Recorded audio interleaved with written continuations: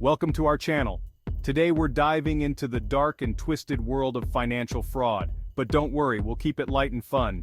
Think of it like this, we're about to attend a roast, but instead of comedians, it's white-collar criminals in the hot seat. We'll be looking back at history's biggest financial scandals, the ones that made headlines and ruined lives. So buckle up, grab your cynicism detectors, and get ready to be both appalled and entertained. Because in the world of finance, sometimes the truth is stranger and far more ridiculous than fiction. Bernie Madoff. The name alone is enough to send shivers down the spines of investors. He ran a Ponzi scheme so brazen, it makes you wonder if he was just trying to see how long he could get away with it. And the answer, unfortunately for his investors, was a long, long time. Madoff wasn't just some two-bit con artist operating out of his mom's basement. This guy was Wall Street royalty. He was a former chairman of the NASDAQ, for crying out loud. He had the respect, the connections, the aura of success. And he used it all to build a house of cards so elaborate, it could make a Jenga champion weep. Here's how it worked. Madoff promised his clients impossibly high returns on their investments. And for a while, he delivered. But he wasn't actually investing that money. He was simply using new investors' money to pay off older investors, all the while pocketing a tidy sum for himself. It was a classic Ponzi scheme, but on a scale that was almost comical. We're talking billions of dollars, people, billions. And the worst part? Many of his victims were charities, universities, and pension funds.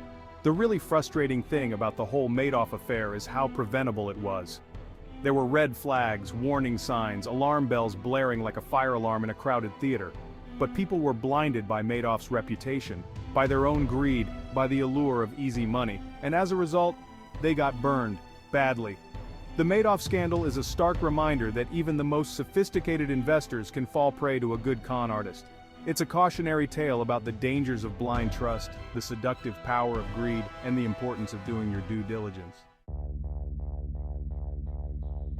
Enron. The name alone conjures up images of corporate greed, accounting shenanigans, and executives who could give Cruella de Vil a run for her money in the villainy department.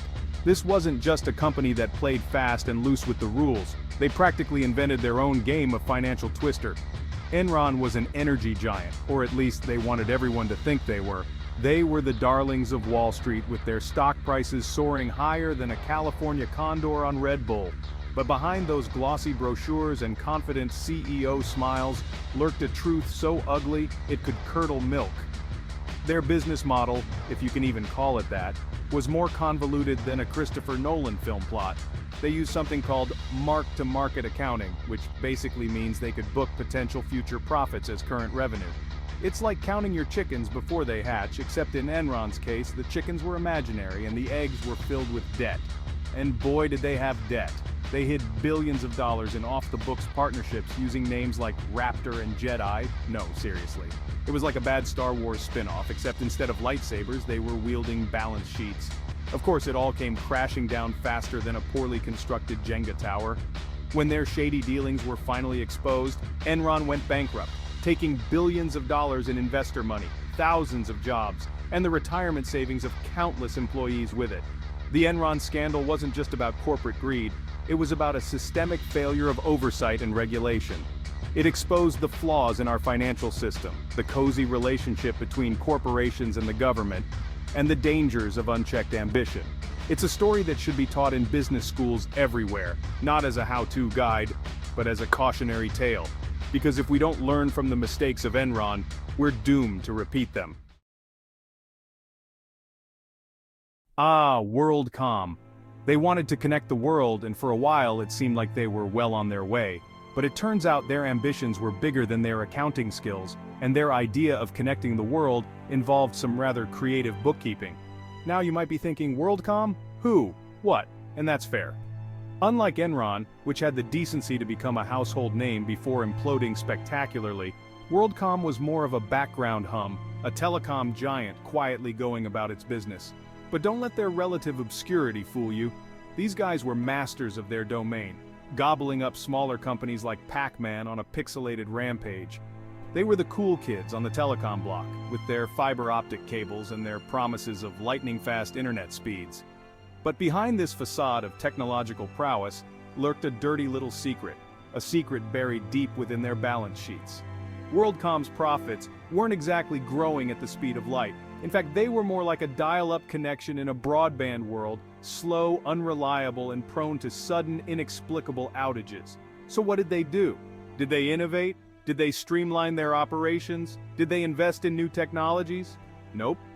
They did what any self-respecting telecom giant on the verge of financial ruin would do. They cooked the books.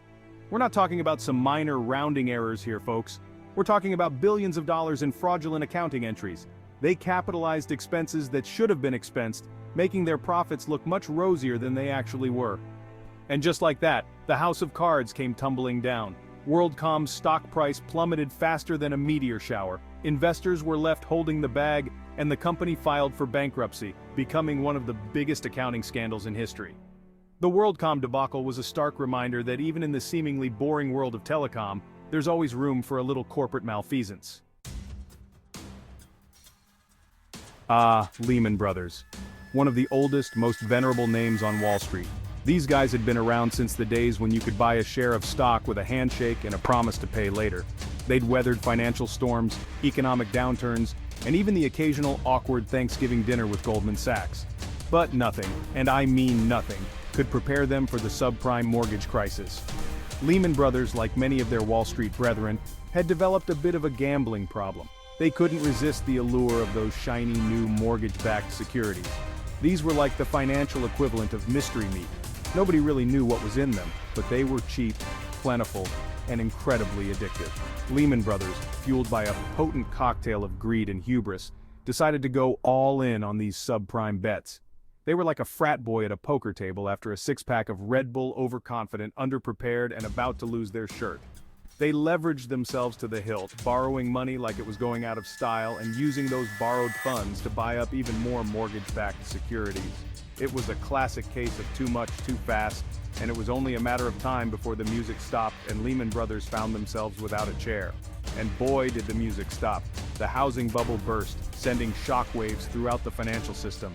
Those subprime mortgages, once considered a safe bet, turned toxic, infecting the entire financial system. Leman Brothers, once a titan of Wall Street, was brought to its knees, begging for a government bailout. But this time, there would be no bailout. Volkswagen, the people's car company, known for their reliable, fuel-efficient vehicles. They were like the friendly, dependable Labrador retriever of the automotive world. But behind that wholesome image lurked a secret so dirty it would make a mechanic blush. They were cheating on their emissions tests. Volkswagen wanted to have their cake and eat it too. They wanted to sell diesel cars in the United States, a country known for its strict emission standards, but they also didn't want to spend the time and money it would take to make their cars actually meet those standards. So they did what any self-respecting car company on a tight deadline and even tighter budget would do. They cheated. They installed software in their cars that could detect when the vehicle was undergoing an emissions test. When the software detected a test, it would activate a clean mode, reducing emissions to legal levels. But when the car was being driven normally, the software would switch off and the car would spew out up to 40 times the legal limit of nitrogen oxide. It was a brilliant plan, really. Evil, but brilliant. For years, Volkswagen was able to sell millions of cars that were marketed as environmentally friendly, while secretly polluting the environment at an alarming rate. But as with all good things, Volkswagen's deception eventually came to an end. Independent researchers discovered the discrepancy in emissions levels, and the jig was up. The scandal, dubbed Dieselgate, sent shockwaves through the automotive industry. Volkswagen was hit with billions of dollars in fines and penalties. And there you have it, folks. The top 5 biggest financial fraud cases in history. Remember, always keep an eye on your money, and don't trust anyone who promises you the moon, especially if that someone is wearing a suit, has a fancy office, and uses words like synergy and paradigm shift unironically. These stories are a reminder that in the world of finance, things aren't always what they seem. So stay vigilant, stay informed, and above all, stay cynical. Because if there's one thing we can learn from these scandals, it's that if something seems too good to be true, it probably is. And don't forget to like and subscribe to 10 Billion Club for more insightful content.